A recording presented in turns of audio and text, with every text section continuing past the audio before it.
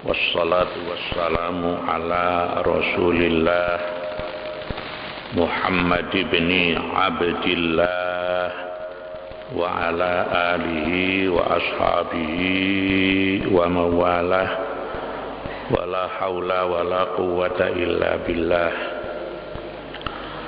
Rabbana la ilma lana illa ma 'allamtana innaka antal alimul hakim. Rabbana wa tub alaina ya maulana innaka antas tawwabur rahim. Amma ba'du. Al-Fatihah.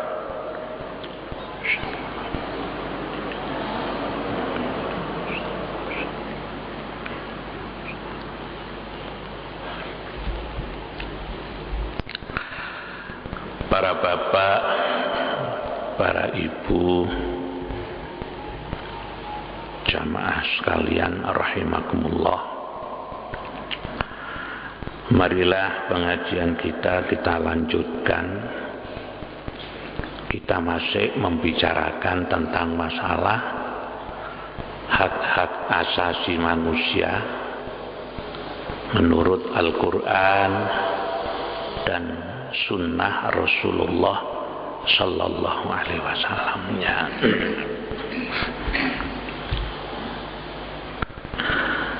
Di antara salah satu dari hak asasi manusia ialah bahwa manusia itu mempunyai hak untuk sehat. Nah, ya.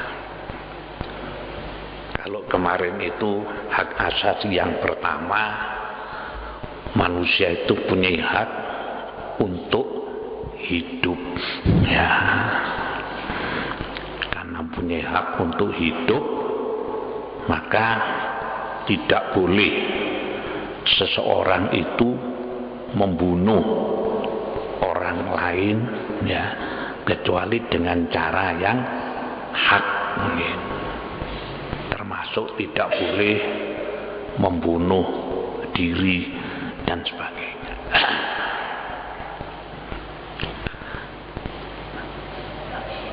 Sekarang hak asasi yang berikutnya adalah setiap orang itu mempunyai hak untuk sehat, gitu ya. Karena itu maka kalau ada orang itu sakit, maka dia harus berobat, ya. Dia siapa saja yang sakit itu wajib berobat, ya. Karena likulli da'in dawaun, ya. Illal mauta wal haram, ya. Semua penyakit itu ada obatnya kecuali mati dan tua. Kalau mati itu tidak ada obatnya, ya. Mati ya mati, ya. Yang kedua tua. Nah, tua itu tidak ada tua, tidak ada apa? Tidak ada obatnya. Tua diobati dari nomane, tidak. Nah, siapa yang dikatakan orang tua itu, ya, orang tua. Saya banyak membaca beberapa buku itu yang dikatakan orang tua itu kan sudah usianya 50 tahun ke atas itu tua, ya. Jadi karena itu kalau di dalam organisasi pemuda itu batas jadi ketua pemuda seperti Ansor, terus apa KNPI itu mesti tidak boleh lebih dari umur 40, ya. 40 itu batas pemuda. Nah, setelah itu kalau 40 sampai 50 itu STW, ya, setengah tua, ya, 50 tahun ke atas ini tua. Nah, Jadi tua itu semua penyakit ada obatnya kecuali mati dan tua ya. Orang itu kalau sudah tua mesti kondisi secara fisik menurun ya, menurun. Jadi ibarat mobil itu ya, onderdil itu kan lama-lama aus dan gitu ya, sama saja. Boyoknya orang ini lama-lama juga aus ya. Nah, karena itu watuk itu ada watuk penyakit, ada watuk tua. Nah, kalau udah watuk tua itu diobati gak iso ilang. Nah, jadi setiap orang itu punya hak untuk sehat. Karena itu kalau orang itu sakit supaya berobat ya. Sekarang ini kan penyakit itu kan macam-macam ya. Walaupun penyakit itu macam-macam, tapi ada obatnya. Likulli da'in dawaun ya. Kalau dulu kita jarang sekali mendengar orang itu kena sakit kencing manis gitu ya. Ya. Tapi akhir-akhir ini kok kita sering mendengar banyak orang yang terkena sakit kencing manis, bahkan sampai pengaruhnya kencing manis itu. Nah, itu. Kita sering mendengar ada orang sakit apa? Stroke. Ya, sekarang ini sering. Dulu kita tidak banyak mendengarnya penyakit stroke, kencing manis. Ya, kalau darah tinggi itu memang sejak dulu kita dengar. Nah, sekarang ini penyakit tambah macam-macam penyakit itu. Ya, apa karena dulu belum ditemukan namanya menurut ilmu kedokteran atau bagaimana ya? Nah, sekarang ini ilmu pengetahuan kedokteran tambah tinggi, malah penyakit itu banyak diketahui kan gitu ya. Ya. Habis stroke dulu kita tidak pernah mendengar, tapi sekarang besar lagi stroke. Ya. Kemarin tetangga saya itu gitu ya. Dia ini pegawai belum pensiun ya, belum pensiun. Tapi terkena satu masalah, akhirnya dia ini divonis hukuman, keluar dari penjara, kemudian kena stroke. Ya, kena stroke. Ya. Kemudian meninggal dunia masih dalam usia 53 tahun. Tapi 53 tahun ini sudah termasuk tua kan ya. Itu kok gampang sekali kena stroke. Ya. Tapi prinsipnya bahwa manusia ini punya hak untuk sehat. Jadi kalau umpamanya sakit itu supaya berobat ini bisa ke dokter, bisa berobat alternatif kan ya, bisa obat, bisa jamu. Sekarang sarana orang untuk sehat itu banyak sekali ya loh. Ada sandal namanya sandal sehat. Ya sandal sehat ya. Nah, ini yang pertama, untuk supaya kita ini sehat maka Allah melarang manusia ini untuk minum minuman yang memabukkan ya. Karena apa? Minum minuman yang memabukkan ini banyak sekali bahayanya terhadap kesehatan, baik kesehatan secara fisik maupun rohani ya. Dulu pada zaman sebelum Rasulullah Shallallahu Alaihi Wasallam itu diutus ke dunia oleh Allah, itu bangsa Arab itu senengannya, jadi sudah merupakan satu kebiasaan, yaitu minum-minuman khamr dan berjudi, ya. Jadi masyarakat Arab pada waktu itu hobinya itu ini, minum-minuman keras dan berjudi. Sehingga pada waktu mereka masuk Islam, ini mereka masih tetap ya mabuk, ya berjudi, ya. Karena memang Al-Quran itu kan diturunkan itu dari sedikit demi sedikit. Nah, Al-Quran itu adalah secara berjenjang, ya. Nah, artinya tidak sekaligus. Di dalam melarang sesuatu itu juga bertahap. Nah, setelah banyak orang-orang bangsa Arab pada waktu itu yang masuk Islam, tapi ya tetap saja walaupun dia Islam, ya mabuk, ya berjudi. Nah, setelah lama dia Islam, mereka itu bertanya kepada Nabi, ya, wa yas'alunaka 'anil khamri wal maisir. Mereka bertanya, bagaimana hukumnya minum khamr dan berjudi, ya.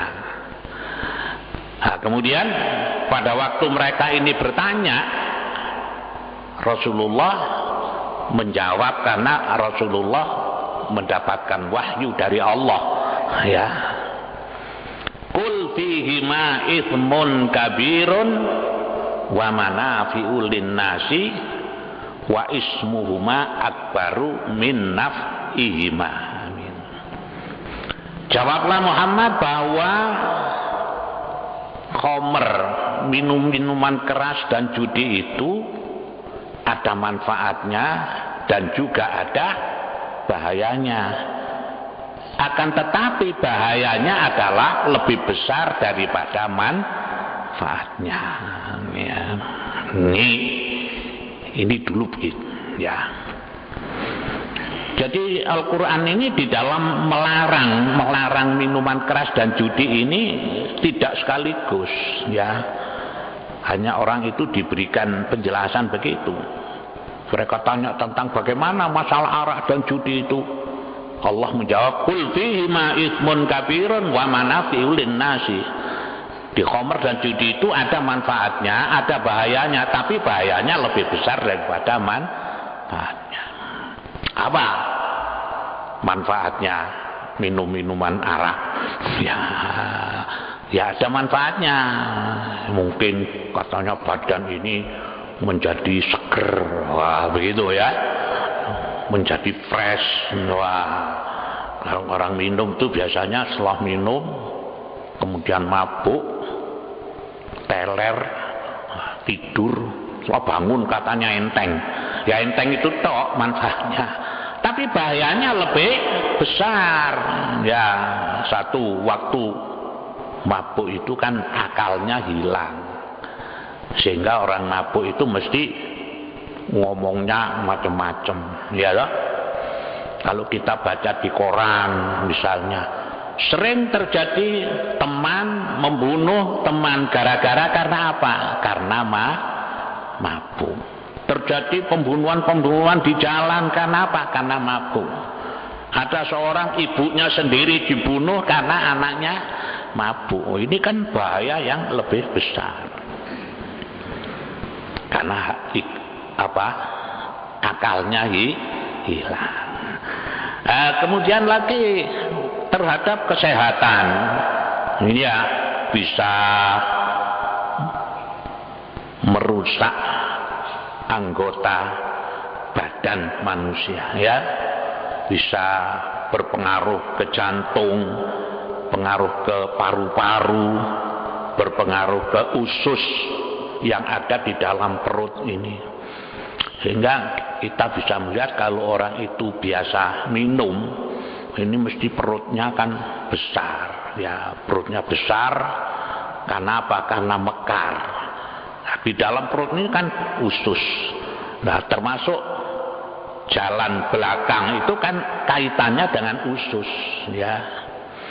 Nah, karena itu kalau orang sering minum, bahayanya apa? Ini akhirnya jalan belakang ini menjadi rusak, akhirnya menjadi penyakit yang disebut apa?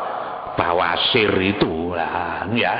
Apa bawasir itu? Bawasir itu boleh metu, begitu ya. Ini kan akibat dari apa? Dari minum. Jadi bahaya, banyak sekali bahayanya. Dan apa? Minum-minuman keras, tidak ada. Vitaminnya tidak ada, ya. Nah, ini jadi Islam melarang minum-minuman keras itu adalah dalam rangka untuk melindungi kesehatan. Nah, setelah wahyu Al-Quran mengatakan bahwa khomer dan judi itu ada manfaatnya dan ada bahayanya, tapi bahayanya lebih besar dari manfaatnya, setelah lama turun lagi ayat Al-Quran tahap yang kedua, ya. Wala taqrabus sholata wa antum sukaro. Nah, turun ayat, jangan kamu sholat apabila kamu masih dalam keadaan mabuk.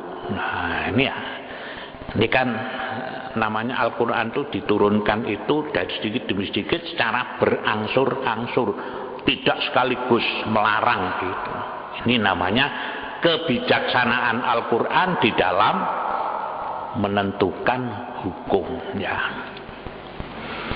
Nah, setelah lama akhirnya orang ini ya mabuk-mabuk, tapi kalau waktunya sholat tidak mabuk, gitu ya. Wala taqrabus sholata wa antum sukaro. Kemudian beberapa tahun lagi turunlah ayat Al-Quran, ya. Innamal khamru wal maisiru wal ansabu wal azlamu ridsun min amalis syaitani fajtanibuhu. Nah, barulah Al-Quran melarang tegas-tegas bahwa arak dan judi itu adalah min amalis syaitan, perbuatan setan, maka jauhilah. Jadi baru ditegaskan, ya. Jadi prinsipnya bahwa manusia ini punya hak untuk sehat, ya. Karena itu maka Al-Quran melarang apa saja yang menimbulkan orang itu menjadi sakit, menjadi tidak sehat, ya.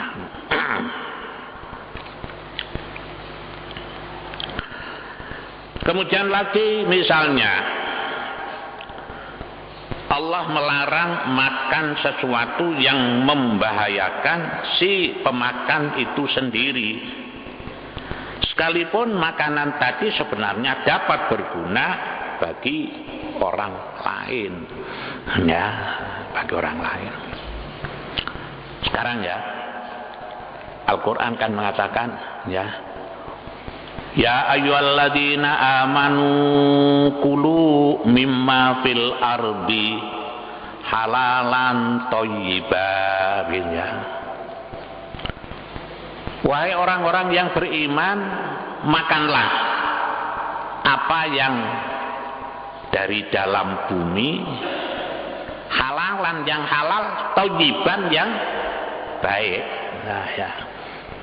Jadi ini dalam rangka untuk melindungi kesehatan, ya.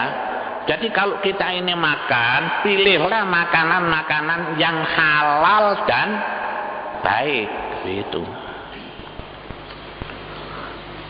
Ada orang tanya, apakah sesuatu itu kalau halal itu tidak mesti baik? Apa ada makanan yang halal tidak baik? Al-Quran mengatakan begini, ini berarti ada makanan yang halal tapi tidak baik, kan ini ya. Nah,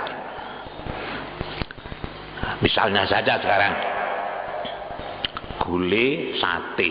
Ya, gulai sate itu halal ya. Halal. Itu baik. Ya, halal dan belum tentu baik, belum tentu. Halalnya mesti tapi baiknya belum tentu. Nah, sekarang kalau misalnya kita yang sehat ini makan gulai, makan sate, itu karena apa? Karena gulai sate itu halal dan baik. Tapi kalau orang itu terkena darah tinggi, ya, kena darah tinggi. Ini gulai sate ini halal tapi tidak baik. Kenapa?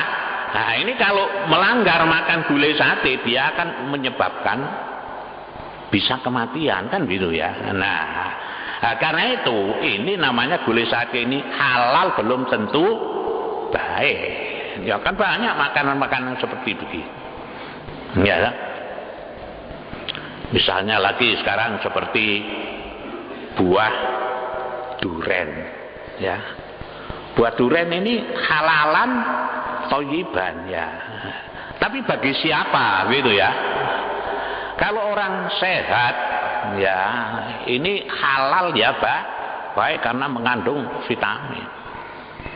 Tapi kalau orang itu punya penyakit asam urat, ya, karena makan duren bisa semper.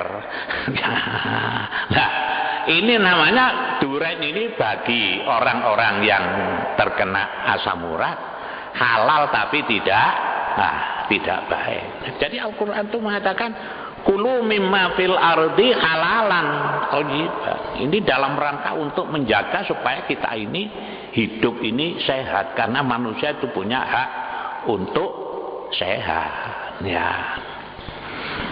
Jadi karena itu kalau kenapa kok orang yang darah tinggi, orang asam urat tidak boleh makan duren? Karena duren ini yang mengandung kolesterol tinggi, ya, kolesterol tinggi. Seperti lagi orang-orang yang terkena kencing manis, ya, itu kan banyak larangan-larangan itu. Larangan-larangan itu adalah ini untuk menyesuaikan jadi kulu mimma fil ardi halalan thayyiban. Pilihlah makanan-makanan yang halal dan baik, ya. Saya membaca daftar makanan, ya, daftar makanan yang mengandung kolesterol tinggi, ya, mengandung kolesterol. So, orang itu kalau sudah terkena kolesterol, ini nanti anggota badannya ini bisa menjadi kaku, ya. Jadi seperti jari-jari, tangan, jari, ini kaku. Ya, kalau kita merasa gitu, itu berarti ada kolesterol, ya. Misalnya sekarang seperti kalau ikan laut, ya. Ikan laut itu yang kolesterolnya tinggi itu adalah ikan laut yang tidak berduri, ya, tidak berduri, ya, ya, seperti udang, apa, cumi-cumi, wah, kan yang enak-enak toh ini, ya, udang, cumi-cumi, ya, itu enak-enak itu, tapi itu kolesterolnya tinggi, kadar kolesterolnya tinggi, ya. Kalau telur itu yang paling tinggi kolesterolnya itu adalah telur puyuh. Ya, telur puyuh kecil tapi itu kolesterolnya tinggi. Jadi kalau orang itu terkena kolesterol, supaya menghindari makanan-makanan ini halalan tapi tidak thayyiban, ya. Kemarin sore itu saya pas melihat di televisi itu ada sekelompok dari para pemuda itu demonstrasi minta kepada pemerintah supaya melehalkan ganja, loh ya, melehalkan ganja. Sekarang ganja kan dilarang, ya, termasuk Badan Narkotika Nasional itu juga meneliti jangan sampai ada orang itu menyimpan ganja atau menanam ganja atau menggunakan ganja. Jadi ganja itu bisa dipergunakan hanya untuk kepentingan medis. Ya, itu. Tapi ini ada sekelompok pemuda itu menuntut kepada pemerintah supaya melehalkan, ya, supaya melehalkan ganja. Jadi supaya orang-orang ini diberikan kebebasan untuk menanam ganja, jual beli ganja, menggunakan ganja. Ini saya pikir ini sudah pikirannya sudah terbalik. Ya, menurut mereka ini di dalam orasinya itu mengatakan bahwa ganja ini tidak seberat minuman keras karena tidak mengandung alkohol. Wah, dia macam-macam ya. Tapi kalau minuman keras itu kan mengandung alkohol. Ini yang bisa menimbulkan kerusakan terhadap organ tubuh manusia. Nah, ini sudah ini sudah apa namanya itu pikirannya sudah berubah. Ya, Pak. Ya. Padahal sekarang ini kan terjadinya pemerkosaan ya dan sebagainya itu karena akibat daripada hal-hal yang bisa menghilangkan akal manusia ini. Jadi walhasil bahwa di dalam Al-Quran itu disebutkan apa artinya al-khamr itu apa? Khamr itu bukan hanya minuman keras tok, bukan. Segala sesuatu yang bisa menghilangkan akal, segala sesuatu yang bisa memabukkan, itu namanya adalah khamr, ya. Al-khamru huwa ma khamarul akla. Jadi khamr itu adalah sesuatu yang bisa merusakkan, yang bisa merubah akal manusia. Jadi jelas bahwa menurut Al-Quran itu semuanya dilarang. Karena apa? Karena itu tadi, karena bisa menimbulkan kerusakan jasmani dan kerusakan rohani. Ya memang di dalam Al-Quran itu kan semua sifatnya kan global, tidak dirinci. Innamal khomru, begitu saja ya. Nah, khomru ini macam-macam itu. Apa yang termasuk khomru itu? Ya termasuk pil koplo, ya termasuk bir, ya termasuk ganja, ya termasuk candu. Ini semuanya adalah innamal khomru. Tidak disebutkan semua dalam Quran itu, kan itulah maka ada sumber hukum yang namanya kias. Jadi dikiaskan apa saja yang memabukkan itu namanya khomru. Kalau disebutkan satu-satu Quran itu tebal nanti Pak. Innamal khomru wal bageku wal ganjau wal pilkup jadi cukup satu, fleksibel. Nah itu dikiaskan sama saja, misalnya seperti itu di dalam surat Al-Jum'ah itu ya, fa idza qadaitumus sholata gitu ya, apa itu di dalam surat Jum'ah itu ya. Jadi kalau sudah masuk waktu Jum'ah itu ya, itu supaya fadzarul bai'a wa idza nudiya lis-sholati mi yaumil jum'ati fas'au ila dzikrillahi wa dzarul bai'. Itu ya. Apabila sudah dipanggil ya, idza nudiya lis-sholati, dipanggil untuk sholat pada hari Jumat ya, fadzarul bai', maka tinggalkanlah jual beli. Nah, yang disebut Al-Quran itu jual beli. Apa orang itu yang harus ke masjid itu orang pedagang-pedagang tok? Anda ya. Yang lain-lain itu dikiaskan, yang disebutkan hanya satu, jual beli. Tapi hakikatnya ini semua kegiatan itu supaya ditinggalkan kalau sudah waktu Jumat sudah masuk. Ya yang sopir mikrolet kan gitu ya.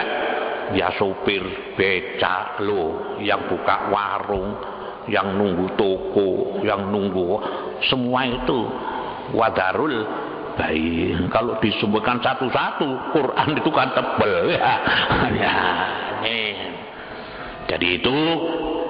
Jadi yang kedua, segala sesuatu yang membahayakan pemakan itu dilarang oleh Allah. Karena apa?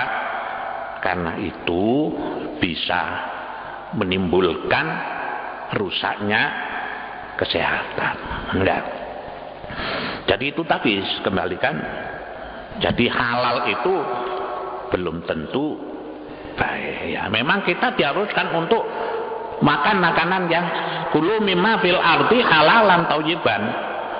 Jadi kita ini diupayakan makan yang halal dan baik. Baik itu artinya apa? Yang mengandung gizi, mengandung vitamin, mengandung protein, tidak membahayakan terhadap kehidupan.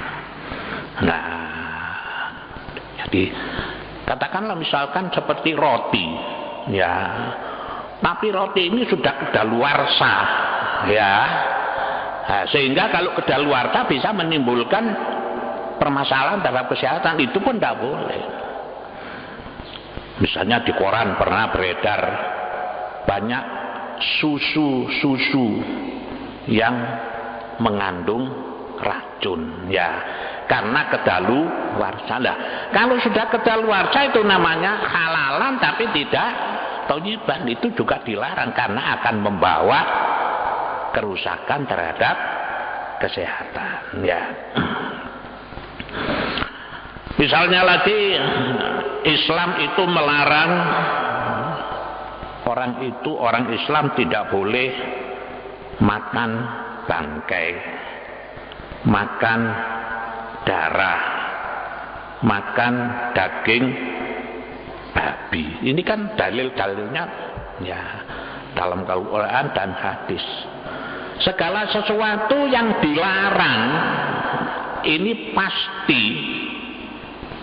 mengandung sesuatu yang membahayakan terhadap kehidupan manusia.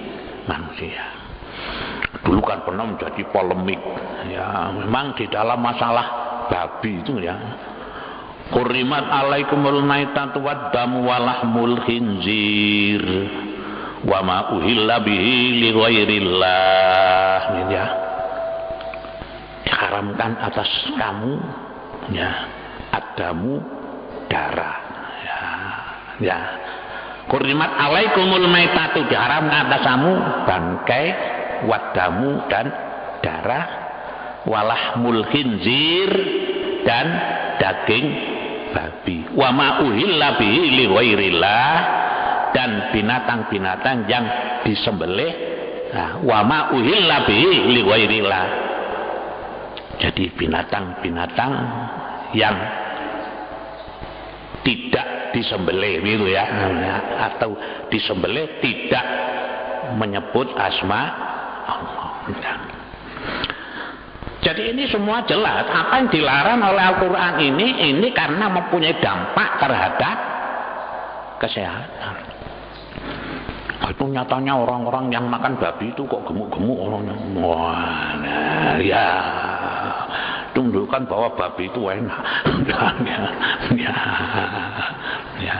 Ya, orang yang suka makan dede, ya, makan babi. Ya memang ini adalah apa namanya itu, ya, kadang-kadang penafsiran terhadap Al-Quran itu ada orang yang menafsirkan berdasarkan akalnya sendiri, tidak berdasarkan apa namanya tafsirul Quran bil Quran, tafsirul Quran bil hadis, kan begitunya. Sekarang misalnya seperti apa, qurrimat alaikumul maitatu, bangkai. Bangkai ini kalau kita hanya mengacu kepada Al-Quran, semua bangkai itu haram, ya. Ya, bangkainya apa saja haram kan itu, ya. Termasuk bangkainya bandeng, bangkainya lele, ya, kan gitu, ya. Ya. Tapi Al-Quran ini kemudian dijelaskan oleh Nabi.